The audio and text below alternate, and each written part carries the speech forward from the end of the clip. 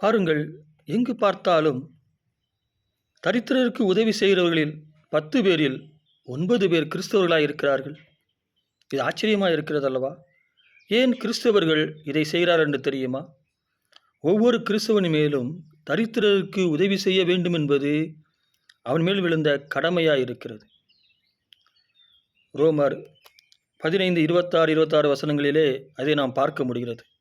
பவுல் சொல்கிறார், உங்களுக்குள் இருக்கிற தரித்திரரை புறஜாதியாருக்கு செய்ய வேண்டிய, அவர்கள் கஷ்டப்பட்டால் அவர்களுக்கு வேண்டிய உதவிகளை செய்யுங்கள். ஏனென்றால் அவர்கள் இயேசு கிறிஸ்துவை ஏற்றுக்கொண்டிருக்கிறார்கள். நீங்கள் அதை பேசுகிறீர்கள், அவர்கள் அதை ஏற்றுக்கொண்டிருக்கிறார்கள் அல்லவா? நீங்கள் ஆவிக்குரிய வாழ்க்கையில் அவர்களுக்கு நன்மை செய்திருக்கிறீர்கள்.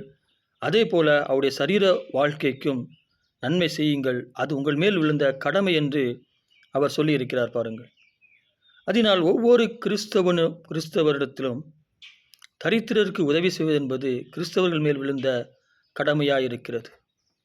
சிலர் கிறிஸ்தவர்கள் செய்யக்கூடாது என்று தரித்திரருக்கு உதவி செய்யலாம். சிலர் அவர்கள் செய்கிறார் என்று செய்யலாம்.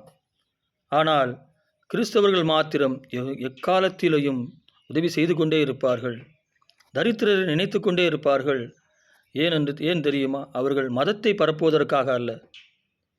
அவர்கள் வணங்குகிற கர்த்தர், அந்த இயேசு கிறிஸ்துவானவர், அதை குறித்து சொன்னதினால் செய்கிறார்கள். மதத்தை பரப்புவதற்காக அவர்கள் நற்காரியங்களை செய்யவில்லை. தன்னுடைய தெய்வம் சொன்னதினாலே செய்கிறார்கள். எக்காலத்திலும் கிறிஸ்தவர்கள் நன்மை செய்கிறவர்களாக இருப்பார்கள். இதை கேட்கிறவர்களே, உங்களால் முடிந்த பணத்தையோ பொருளையோ ஏதோ ஒன்றை பிறருக்கு உதவி செய்யுங்கள். உங்களுக்கு யாராயிலும் தெரியும் என்றால் ஏதாயிலும் சிறிய உதவி செய்யுங்கள். ஏதாயிலும் செய்யுங்கள். அது மதத்தை பரப்புவதற்கு அல்ல.